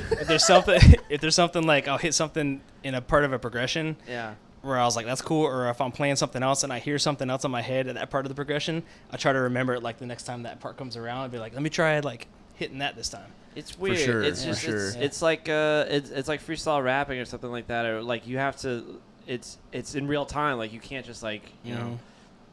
I'm gonna play this next. You're like, no, you don't have time to think at all. Yeah. Well, you're going. I see that what I try to do with it is like I try and create like a bag of tricks, you know. So a trick bag, so to speak. Yes. A tricky trick bag. Yeah. Tricky trick bag. So it's like interesting. For me, yeah, like I don't think like. I don't know what I'm going to play all the time before I play it, but I do have like fallback licks that I know how to play. Go-to, yeah. And it's like, okay, so I know this lick is going to be a really good way to resolve this, like this ending of this solo, or maybe this will be a good way to get into the solo, or maybe this will be a good way to kind of do something here, and then while I'm doing that stock thing that I have to think about, I can think about what I want to do next. Yeah. You know, or if I'm having an off night. Yeah, it's like I can't play. I gotta go to my fallbacks. yeah, I just have to fall back on something, and then my solos just aren't that good that night. But I think that, you know, it's like when we're having a conversation, like I know how to put words together in a certain way that makes sense. Right. Yeah. And like there's responses that I have to something that I will often respond in that way. Right. Yeah. Right. So that's like my bag of tricks when I'm playing guitar. That makes sense. You know. Yeah, so. I don't have that at all. Yeah. No, I'm talking about I know. like when I'm talking. Yeah. No, you just say it. You just, Yeah, exactly. Yeah, Whatever just comes firing. out. Exactly. Yeah. It's mixed around in there, and just whatever gets let out. I'm a textbook overthinker, though. There you go. So. Yeah, that's the thing. Yeah, that's I'm similar. Yeah. in that sense, as far as organization type stuff. Yeah, for sure. I don't know. No. When I got to UNF, I was doing private lessons, and that was kind of one of the things that the instructor was pushing. He was like, I was kind of like, well, I want to know, like, here's some changes. Like, what kind of scales can I play over these changes? Like, this is what I want to know. And he's like, no, just take the sheet of riffs and like go practice these.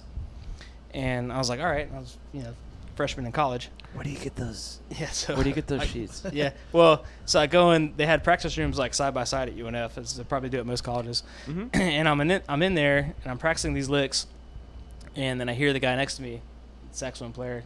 I hear the same licks. And I hear this guy playing the same licks. Oh, no. And I was like, yeah, you get scared with that. Well, I was like, I just don't want to do that. Like, I don't want to come. I don't want to go be at a gig somewhere and play a solo and be like, oh, this guy. This guy had this instructor. Like, he's playing this lick that I It might not be good, but I'm original. Okay. Right. Exactly. That's true. I'm right there true. with you, dude. Nice. I'm right there with you. Me and Chris are on par. What are Chris is you? really good, though. I'm good. I'm all right. Just fucking with you.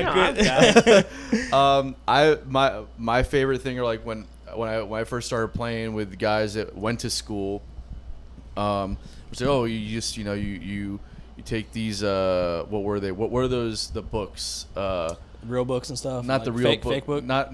Yeah, those obviously like to learn the standards and Yeah. stuff. But like, it's we used to sell them at the music stores. They're Like like the exercise books? no, no, but I mean, kind of. It's you have a certain licks that you use to get from point A to point B. Right. Yeah. Right, Oh. and then it's like you have A, then you have B, and you have C, and really the only difference is that you're just rhythmically changing the same notes, Mhm. right? So it's like you hear especially when kids are still in school, like, oh, that's that's Right. lick A from this book, Right. Yeah. and Hal Leonard Hal Leonard book, licks yeah. and stuff like that. It's like I'm just like I don't want to be the guys doing the lick from the first lick in the Hal Leonard book. That's You know exactly what I mean? I felt. I was like, I can't. And I actually ended up dropping my private lesson that year. Really? I stayed in jazz band, but dropped my private lesson. And I was in jazz band for like another year after that, and then I went to marketing. Wow. Because I love playing in the jazz band. It was fun. I just Yeah. didn't want to do. I was like, I didn't want a teaching degree, and I didn't want a performance degree, so I was. Like, can I still play in? I dropped out after one semester. Yeah. But it was a good semester. Yeah. I learned a lot. It was fun. I had a blast in jazz band. It was great. Yeah, I bet you learned a lot too. Ton. Well, the first year I got there, I auditioned, and I was stoked that I made the band, but they put me on Barry. And I'd never played Barry before. I'd play alto my whole life, like up to Really? that point. It's like, all right, you're gonna play in Jazz Ensemble 3 on Barry. You're just like, what the fuck? Like, what? So I go to the locker to go rent a Barry from the school because I don't have one, obviously. Yeah. And Who has one? They're Yeah, fucking yeah. huge. well, I have one now. Oh, like, you do? I actually really enjoyed it. When I started playing the charts with it, I was like, this is badass. Me and the bass trombone player were just like playing the same licks, and I was like, this is pretty cool, man. That's cool. And I'm a short dude, so like short dude playing Barry is kind of like, I don't know, it's like a juxtaposition. Yeah. See that? So it's fun, man. I enjoyed it. Those licks transfer. Yeah. Like, can you play those same things on like other saxophones? Yep. Yeah. So the keys are different a bit. So the alto and the Barry are both E flat instruments. So you would play an E flat on the guitar, and I'd play a C. I'd play concert C. Oh, okay, that's what they talk about. Yeah. Not concert Yeah, C. this but- is first semester of music theory, and I was like, Yeah. I'm not doing this. Yeah. I don't care. And then the tenor sax and soprano are both B flat. So like if I was doing like we did some musical theater stuff in school, and I'd get a chart and I'm playing saxophone, sometimes the chart there'd be parts in it for like flute on my chart which we didn't have. So they're like, all right, just play this flute part. I'm like, so you can transpose like in your head real quick. That's pretty Like, wild, play it, man. yeah. No, that's what Yeah. it was. Well, you have to read stuff differently Yeah. too, Yep. right? So it's Mhm. like if this is like a C on the treble clef, you have to Yep. read. You're playing something else. Yeah, I'm playing an A. Yeah, that's wild. And I was Fuck just that. like, when do we play a show? So Yeah. when you, when do we play a show? And then also I quit. so So for saxophone, that's the way it was. But I've only done one musical theater show on drums, and we do Rocky Horror Live. I've done it multiple times. Yeah. Yeah. So, but I'm like, I can't read drum charts. Yeah. Like I could read treble clef and regular music stuff all day. I could follow a drum chart if I needed to, but like as far as I've just never sat down and learned how to read them because I never use it. Yeah. So I'm just it's got to be like, besides probably learning how to read Braille, is probably the most boring thing to learn.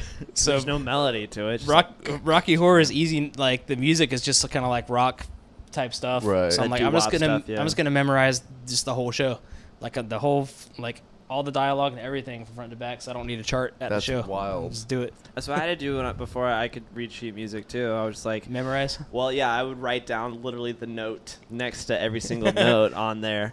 I learned Franz Liszt Hungarian Rhapsody No. 2. How to play that by doing it that way. Wow, that's crazy. And so then I started teaching piano, and then that's how I really learned how to read sheet music. And so I can read it. I'm not great. Out of 10, I'd say like a 6.5. Yeah. But I'm like at a 2. Yeah, he can't read it at all. Most guitarists read it. Can't though. I can read. I can read. That's. But I just can't. I can't sight read. Yeah. So if I see what the sharps and flats are. Well, that's what I meant. And then like I see the staff.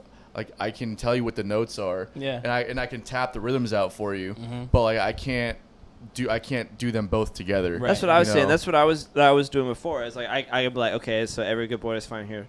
And then so I was at your level when I was like in 10th grade or so, and have to do that if I transpose like bass clef. Because I never read it. I'm just like, that's true. Yeah, that's why. Like, all right, F's right here. It's called an F clef for a reason because it's between these two dots. Like, I'm gonna go from here.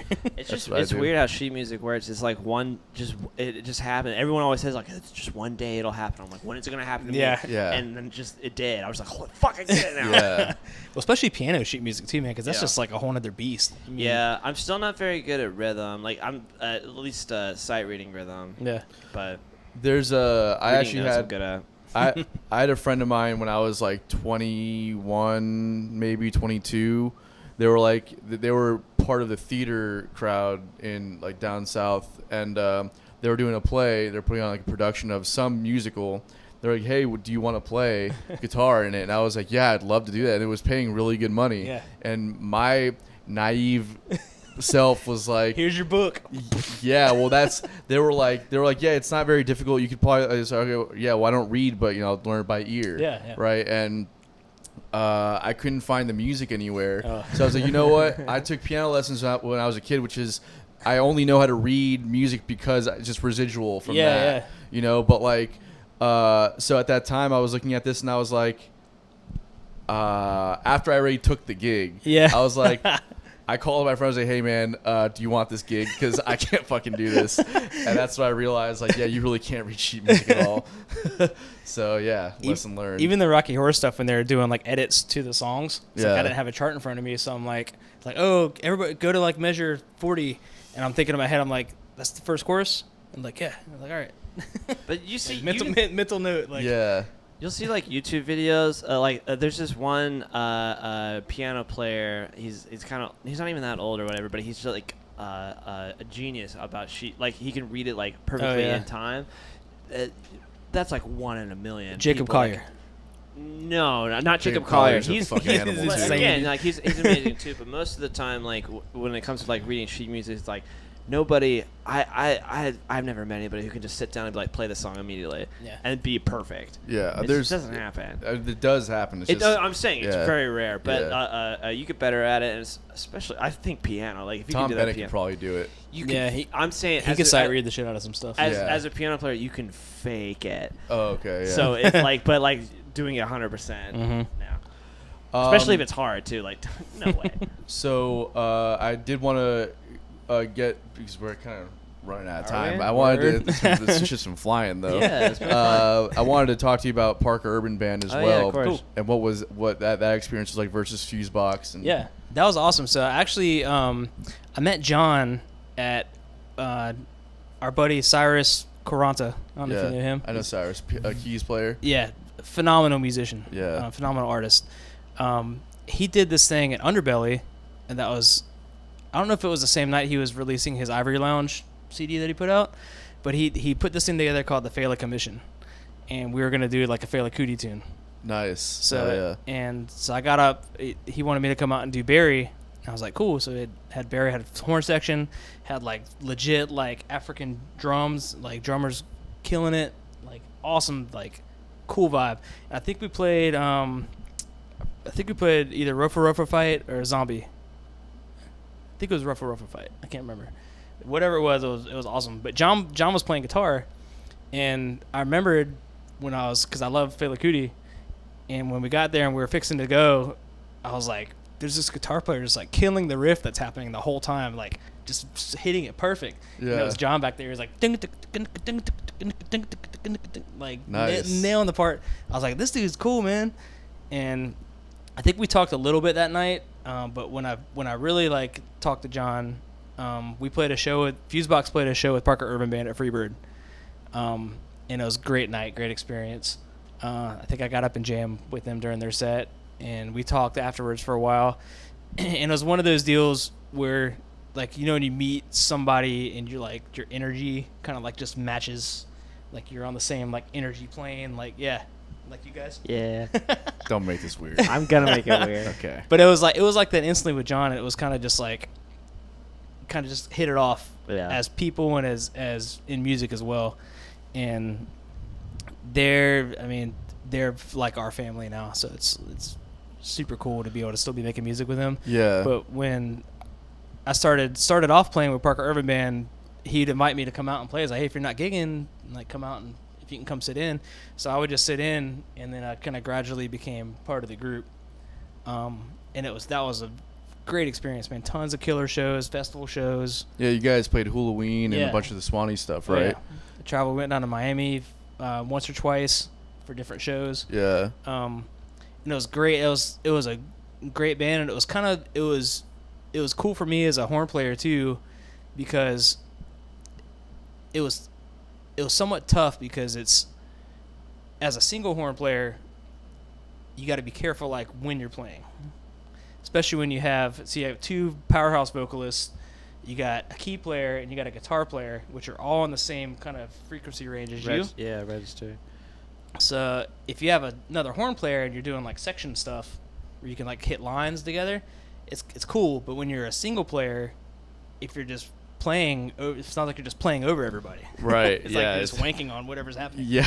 So it's kind of like that kind of solidified kind of an approach that I still use today is like I'll err on the side of not playing as much when I'm in that kind of scenario, and just listen and see where I'm going to fit in, because I don't want to like take away from what the vocalists were doing. I don't want to take away from what John was doing. And when it comes time to solo, like, of course, like let's go, because it's like I don't got to worry about that. But as far as like intertwining like lines and stuff into these songs where all these elements are happening, it made it like a little bit more tough being the only horn player. Right. But there was times I remember seeing you guys, and you would like double stuff with John, or you would like kind of match with what the vocals were doing. Mm-hmm. And I remember just thinking like it was a unique way to play just one horn in a band. You know, I just like that was Parker Urban Band to this day is still one of my favorite bands from Jacksonville. And yeah, man, that must have just been like a really fun time. It was awesome, man. It was great. The whole everybody in the band was just like, I mean, like I said, man, all just like family. So yeah. Any moments with that band that you remember just like this is gonna happen? Oh man. Halloween was a really good one. We played, I can't remember if that was the year we played Mushroom Stage. One of these we played Mushroom Stage at Swanee. It was like, I was like, this is badass. Yeah. It was great. Were you like writing music with them as well, or were you kind of just? Yeah, they had a really big repertoire already when I was kind of jumping in. But after that point, there's, John constantly writes. Yeah. So he was like, here's an idea for a song. Pretty much everybody in the band would have ideas for stuff, and then we would write at rehearsals and kind of flesh stuff out, and I would try and add, horn elements to it that weren't intrusive. Right. Yeah, it's gotta be hard, man. Just to be like the only horn player, Well, and too, like, so I don't get out to many like jam nights these days, just because with family and stuff. Yeah. But if like before, if I'd be at a jam night, I'd still have that same sort of mentality as like I'm gonna listen and like see where I fit in. Whereas like some of the guys would come up and just like it takes a lot of maturity to not be that guy. And when I was coming up, like I used to be that guy. Like, I think everybody was, yeah. It's like, oh, I'll get to play. I'm gonna play like the fastest, hardest thing I could play, and like for as long as I could play it. Yeah. And so, at jam night and stuff now, like if that's happened, like if I'm soloing and then like another player is like soloing instead of like comping, I'll just like stop. I'm like, all right, you good, man. I'm the same way, man. Do your thing. I'm the same way. But listening to me is like probably. Listening is equally, if not more important than like chops.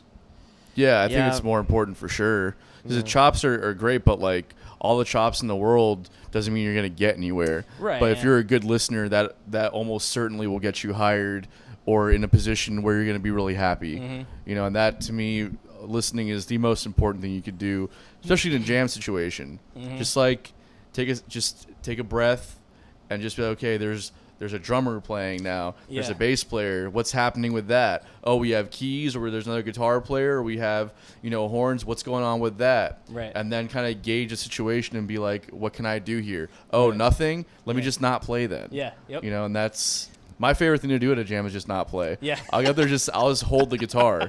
Especially when people are just wanking. I'm just like, you guys are crazy. I'm just going to wait for my turn to, like, tell me when you want me to solo.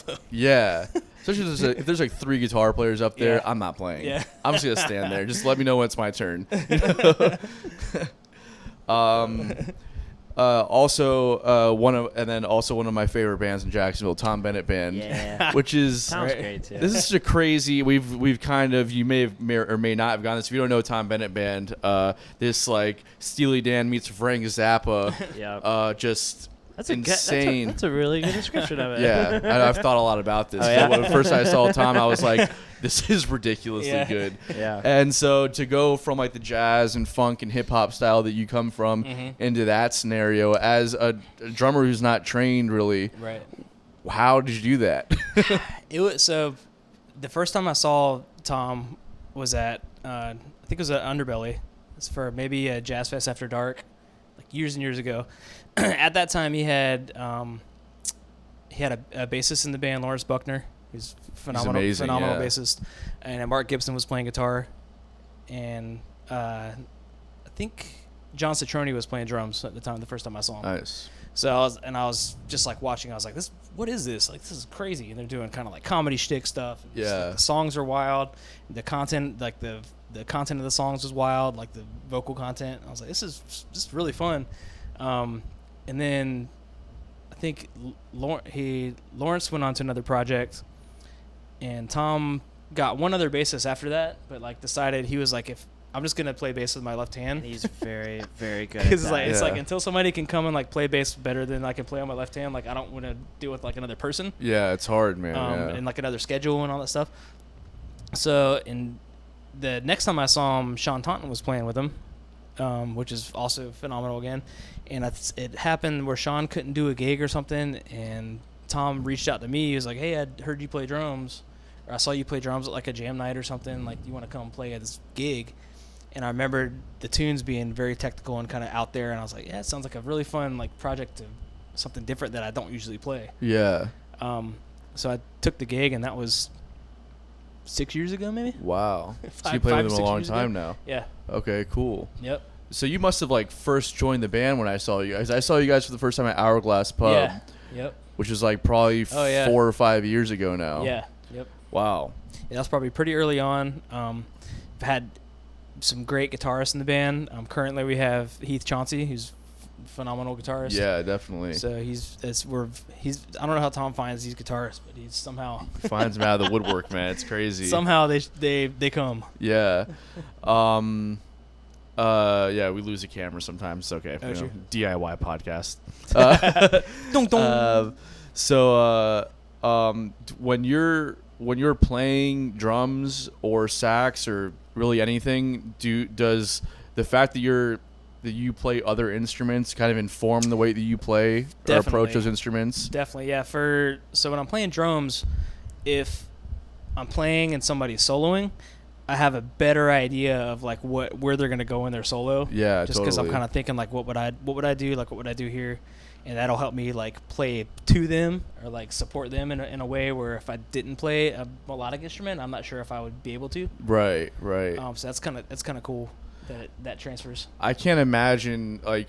Man, I played with a lot of drummers over the years, and my favorite drummers to play with are the ones that they either play other instruments or have done intensive ear training. Right, yeah. And because I played with some guys where it's like they can't even tell that this is a 5-measure phrase versus a 4-measure phrase like you would normally see. You know, my old drummer would be like, "Don't spell at me."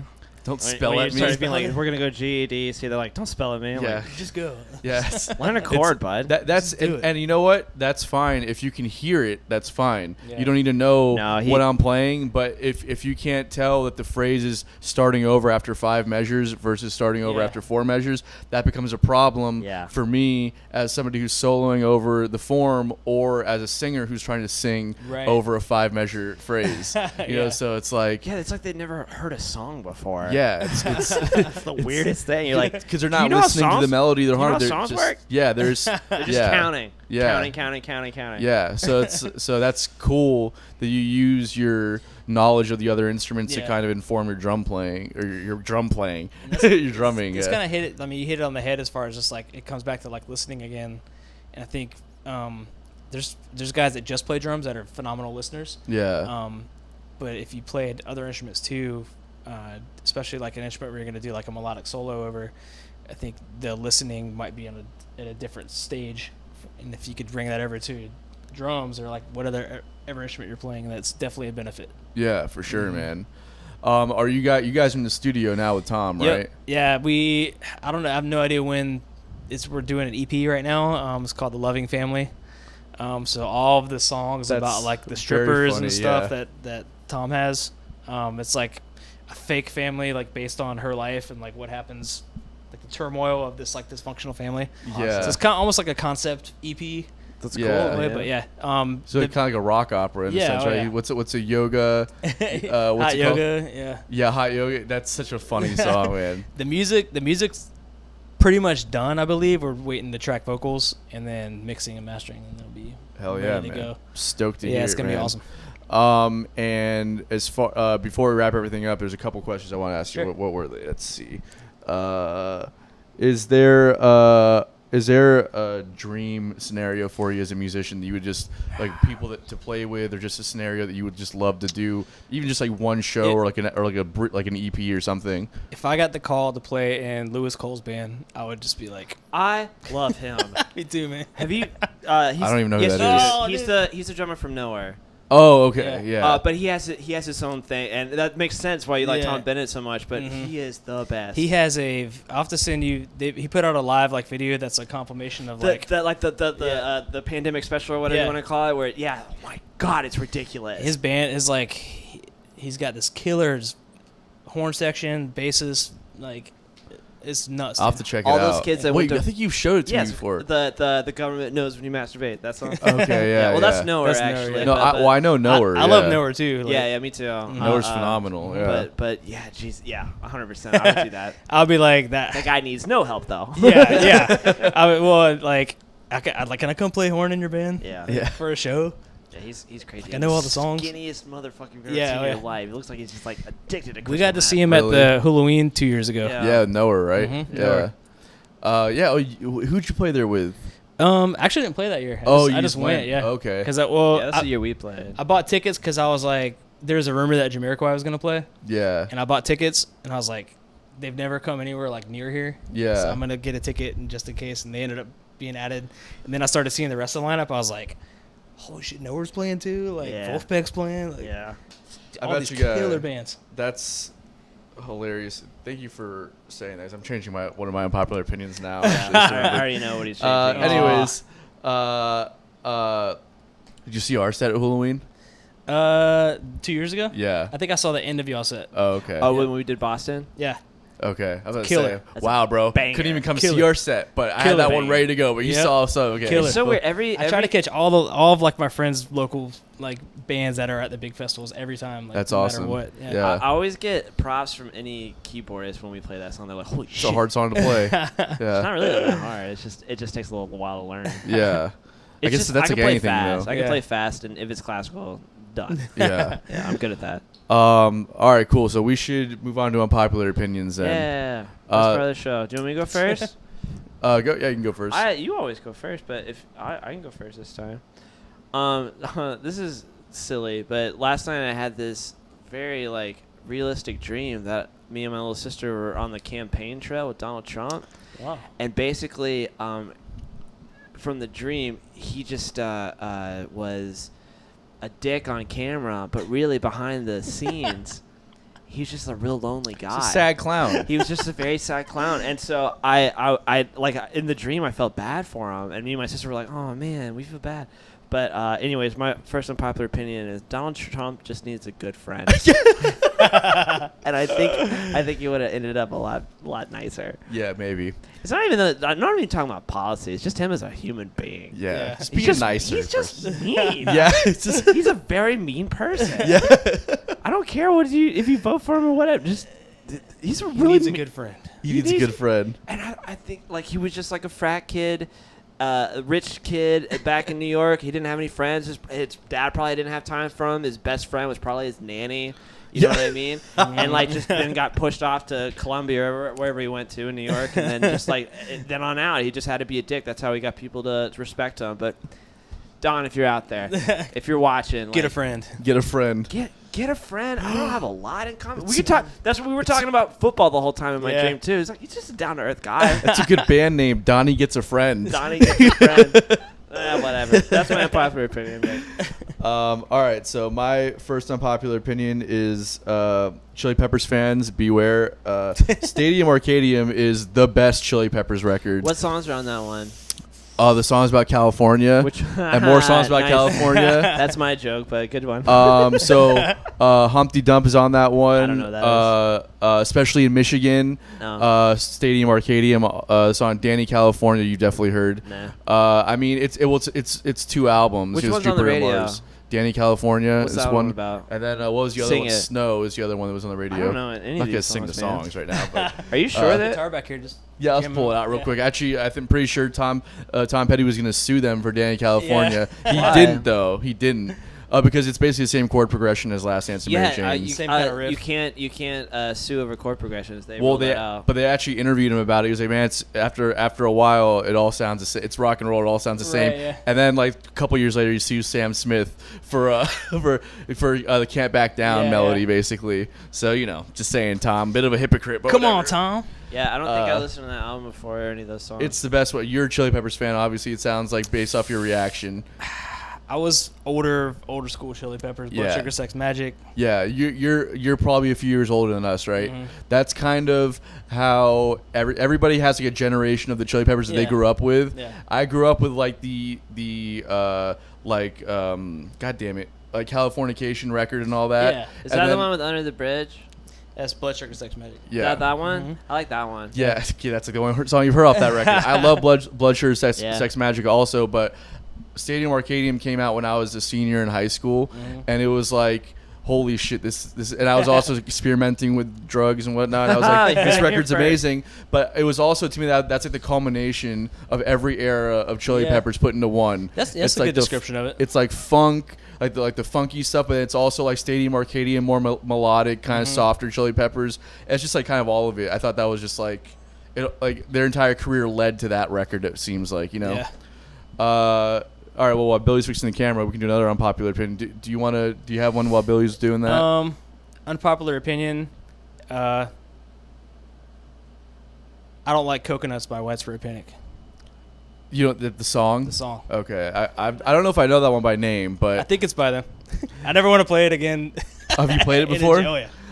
I'm not a big Widespread Panic fan in general. I love Jimmy Herring. Yeah. He's like one of my favorites, but I'm kind of with you there, honestly. You guys are lame. Widespread's awesome. Anyways. Yeah, they're great. They're great. Jimmy Herring's amazing. This is an attack at you. Getting hit in the face isn't that fun. Yeah. He's been doing Muay Thai for and just won't stop talking about it. I'm like, dude, that doesn't look fun. I won't stop talking about it. It's an amazing release for me, and it's a great workout, and it teaches you a very practical skill.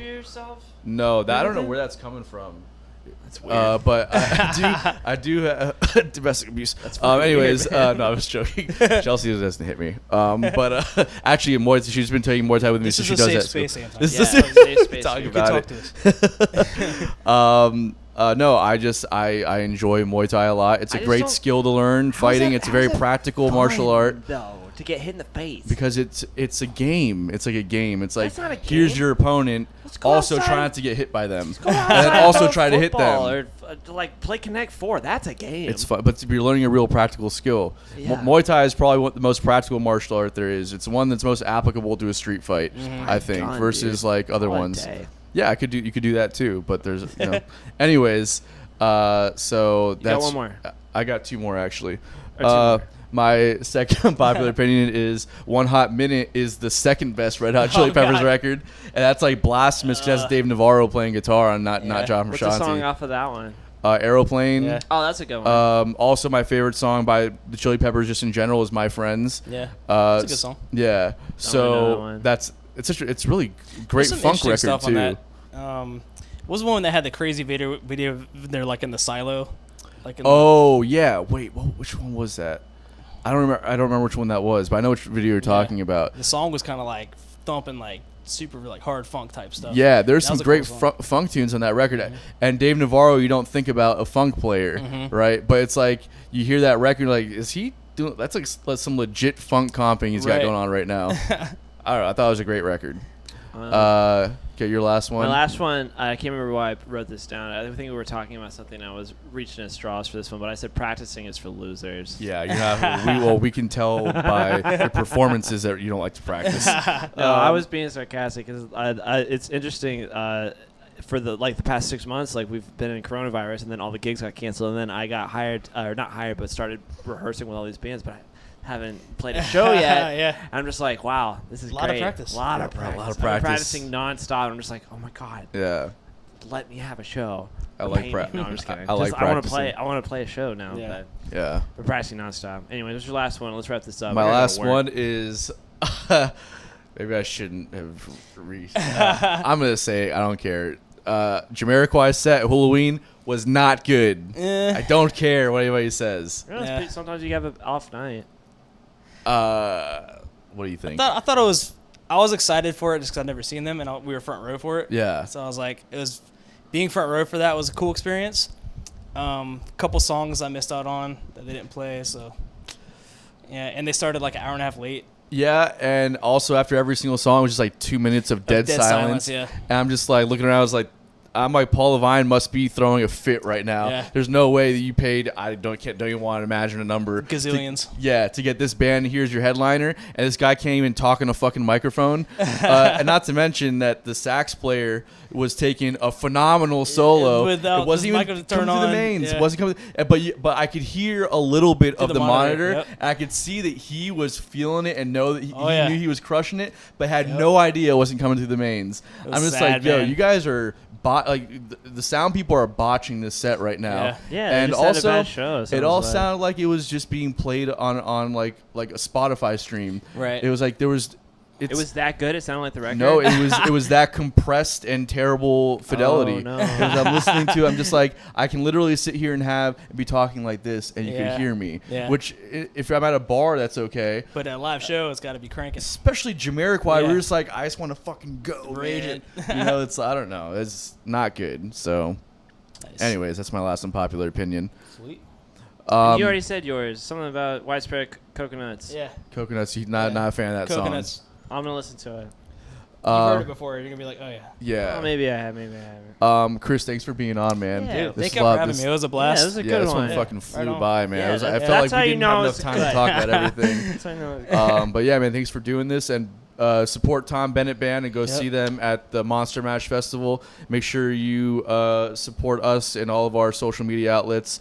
Bottom of the Bill has all its own platforms now on Facebook and Instagram. Page, yeah. And then also please support Side Hustle. That's still the main thing. We're trying to keep that going, so make sure you're supporting that. And we're working on the album, and hopefully by the end of the year it'll be coming out. Sweet. So yeah, we're going back there at the end of October. We're going back at the end of October to finish up the tracking on it. End of it. Yeah, so have some singles to you hopefully by the end of the year. Woohoo. And yeah, thank you guys for tuning in. We'll see you next week.